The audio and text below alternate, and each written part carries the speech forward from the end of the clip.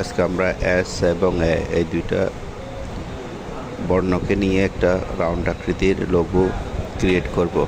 এটা করতে গেলে আমাদেরকে সর্বপ্রথম ইলাস্ট্রেটর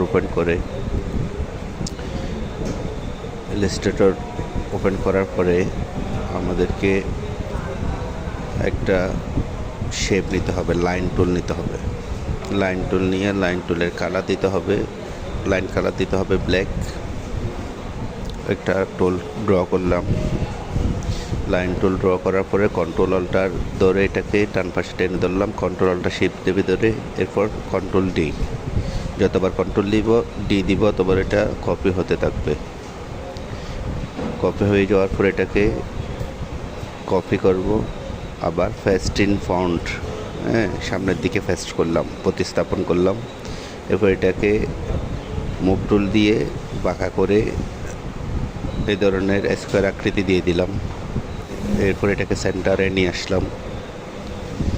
সেন্টারে আনার পর একটা ইলেকট্রিক্যাল টুল ড্র করলাম, সেন্টার থেকে অল্টার শিফট চেপে ধরে দিতে হবে।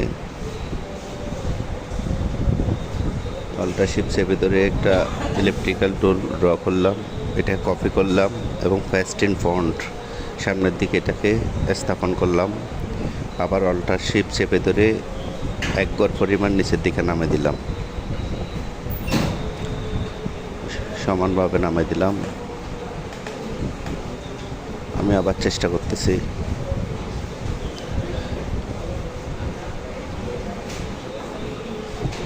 নিচে নামে দেওয়ার পরে সবগুলোকে একটা সিলেক্ট করলাম, কন্ট্রোল এ দিলে একসাথে সবগুলো সিলেক্ট হয়ে যাবে। সিলেক্ট হওয়ার পরে আমরা এখান থেকে নেব শেপ বিল্ডার টুল। শেপ বিল্ডার টুল নেব, শেপ বিল্ডার টুল দিয়ে এখানে আমি যে ঘরগুলো ড্র করব ওগুলো শেপের আকৃতি হয়ে যাবে।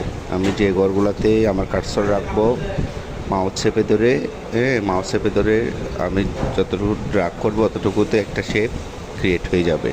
আমি একটা এস ক্রিয়েট করতেছি, এস দেখেন আমার এখানে এস ক্রিয়েট হয়েছে, কিন্তু যে ঘরগুলা ভিতরে রয়ে গেছে ওইগুলোকে আমি আবার অল্টার চেপে ধরে এগুলো কী করলাম, মুভ করে এটার সাথে অ্যাটাচ করে দিলাম। ঠিক আছে, নিচেরগুলোকে কীভাবে আমি কম্বাইন করতেছি।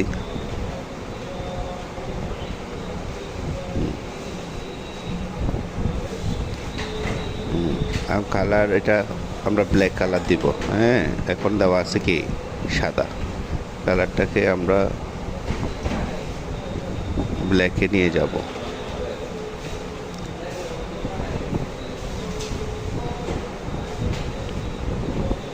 ব্ল্যাকে নিতে গেলে কালার প্যানেল থেকে আমার ফন্ট কালারটা ব্ল্যাক করে দিয়ে এখানে ক্লিক করলেই ব্ল্যাক হয়ে যাবে।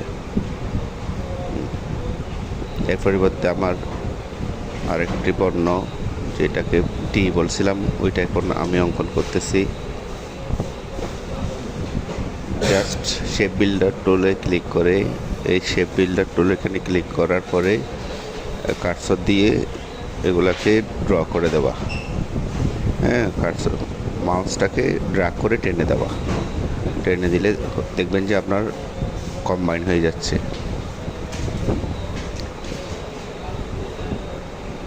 এভাবে আমরা প্রত্যেকটা পয়েন্টকে মিলাই দিব, একটা শেপে পরিণত করব।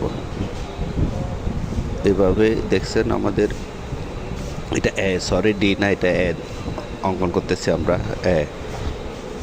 তাহলে এখন লাইনগুলো আমি ম্যাজিক ওয়ান টুল দিয়ে সিলেক্ট করে লাইনগুলো সিলেক্ট করে ডিলিট।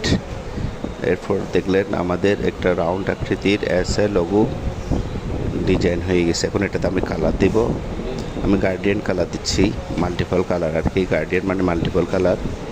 এগুলো দেখেন লাইন কালার আছে ব্ল্যাক, লাইন কালারটা নান করে দিব, নান করে দিছি, লাইন কালার ক্লিক করে নান।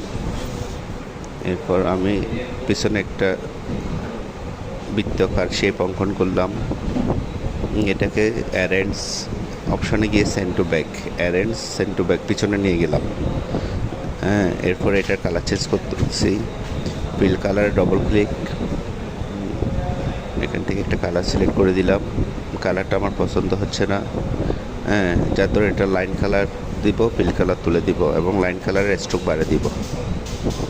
এটাকে একটু টেনে সেন্টারে নিয়ে আসবো। হ্যাঁ, এই তো এভাবে হয়ে গেল আমাদের একটা বৃত্তাকার লোগো।